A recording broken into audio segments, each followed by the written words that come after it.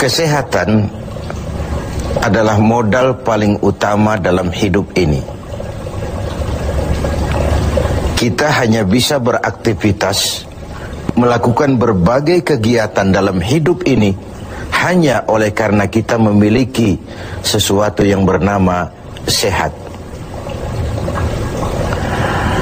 Kecenderungan kita adalah baru merasakan pentingnya suatu nikmat kalau dia sudah berkurang atau bahkan hilang sama sekali dari diri kita.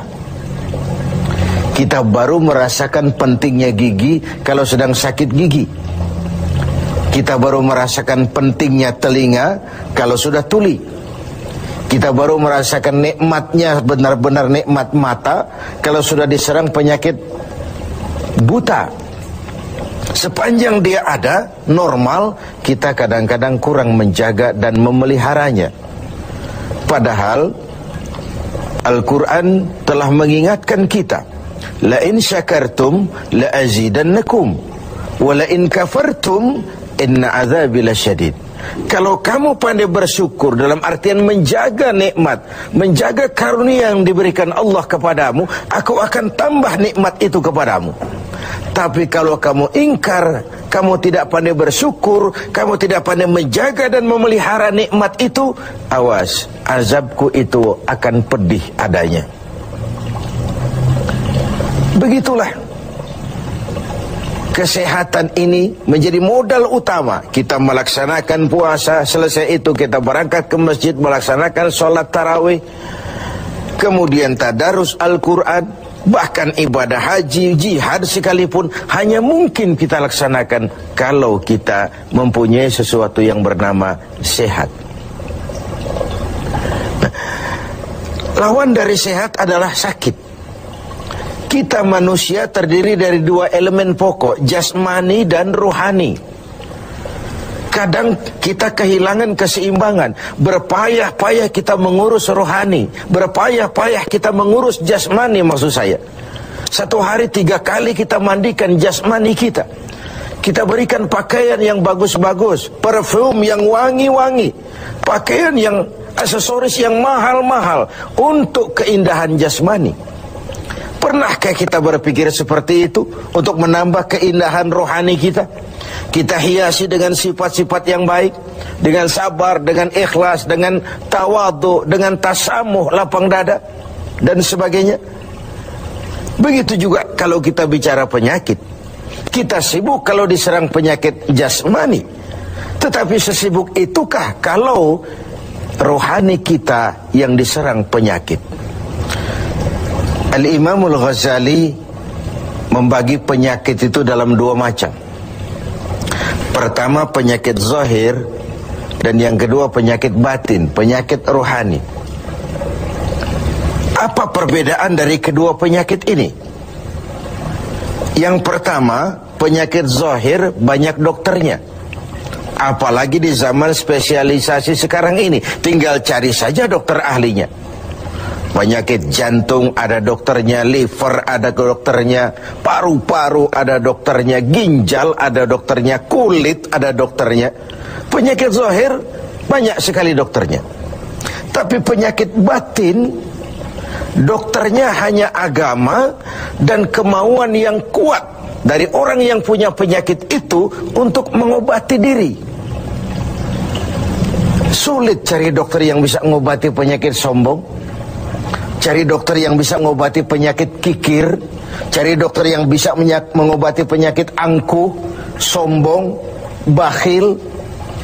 Agama dan kemauan yang kuat dari orang yang dihinggapi penyakit itu untuk memperbaiki diri melalui riyadhah, latihan dan latihan. Yang kedua, kata Al-Ghazali, perbedaannya ini aneh. Penyakit zahir yang empunya penyakit lebih tahu dari orang lain. Sedangkan penyakit batin sering orang lain lebih tahu dari yang punya. Ini aneh. Kita punya penyakit jantung, kita tahu wong itu penyakit kita dan itu penyakit zahir. Teman kita nggak tahu, datang-datang main kagetin aja, woi, kelepek kita. Kita yang punya penyakit tahu, orang lain tidak tahu. Tapi kalau penyakit batin ini aneh, orang lain sering lebih tahu dari yang punya. Kalau kita sombong, kita sering tidak merasa, kita anggap sikap kita wajar saja.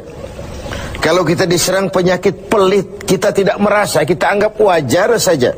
Kalau kita diserang penyakit hasud, kita anggap wajar saja. Orang lain yang tahu. Karena itu sahabat Umar bin Khattab radhiyallahu an kerap kali kalau berkumpul dengan sahabat sering kali bertanya, kau lihat saya sombong apa tidak? Kau lihat saya pelit apa tidak? Kau lihat pada tingkah laku saya ada tanda-tanda kekafiran atau tidak? Kalau orang lain memberitahu itu kepada beliau, bukan main senangnya hati beliau. Tidak jarang yang memberitahu itu diberikan hadiah oleh beliau. Ini bedanya kita dengan Sayyidina Umar. Kita diberitahu orang marah, bukan main. Kenapa gue lo urusin, diri lo aja beresin. Jangankan kita mau bertanya, melakukan introspeksi tentang kekurangan-kekurangan kita, diberitahu orang pun kadang-kadang kita salah terima. Inilah penyakit batin itu. Dan yang ketiga, ini yang paling dahsyat. Sehebat-hebatnya penyakit zahir, penyakit jasmani, dia hanya merusak dunia. Paling-paling mati gitu saja. Tapi penyakit batin, penyakit rohani kalau diserang, merusak dunia, menghancurkan akhirat. Kita diserang kanker, mati, resiko dunia saja. Kena ginjal, mati. Paru-paru, mati. Darah tinggi, mati. Tapi tidak berakibat akhirat. Maksudnya tidak ada nanti penduduk neraka ditanya, kenapa kamu masuk neraka? Kanker, Pak. Tidak ada. Kenapa kamu masuk neraka? Tumor, Pak. Juga tidak. Yang menyebabkan masuk neraka itu penyakit rohani. Jadi kata Al-Ghazali, penyakit rohani itu kalau diserangnya kita, rusaklah dunia, hancurlah akhirat. Kita diserang penyakit sombong, di dunia dikucilkan dari pergaulan, di akhirat jelas juga tempatnya. Kita diserang penyakit kikir bin pelit. Di dunia siapa yang mau bergaul dengan orang pelit? Walaupun kita sendiri kadang-kadang pelit. Tapi di akhirat juga tempatnya jelas. Hasud, iri hati, menggeragoti amal sendiri. Di dunia kita sulit hidup karena senang lihat orang susah, atau susah lihat orang senang. Itu kan tandanya hasud itu, iri, dengki. Lihat orang susah, senang. Lihat orang senang, susah. Di dunia saja sudah susah hidup, susah gemuk. Di akhirat jelas juga tempatnya. Karena itu kata Al-Ghazali, heran saya ini. Kalau diserang penyakit zahir, cepat-cepat kita lari ke dokter. Tidak ada uang, berutang pinjam pun maulah. Diserang demam, diserang flu, diserang segala macam penyakit zahir, panik, cepat lari ke dokter.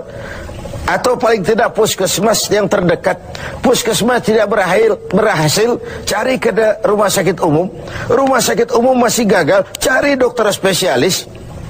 Tidak ada ongkos, jual apa yang bisa dijual, karena kita tidak kepengen diserang penyakit jasmani.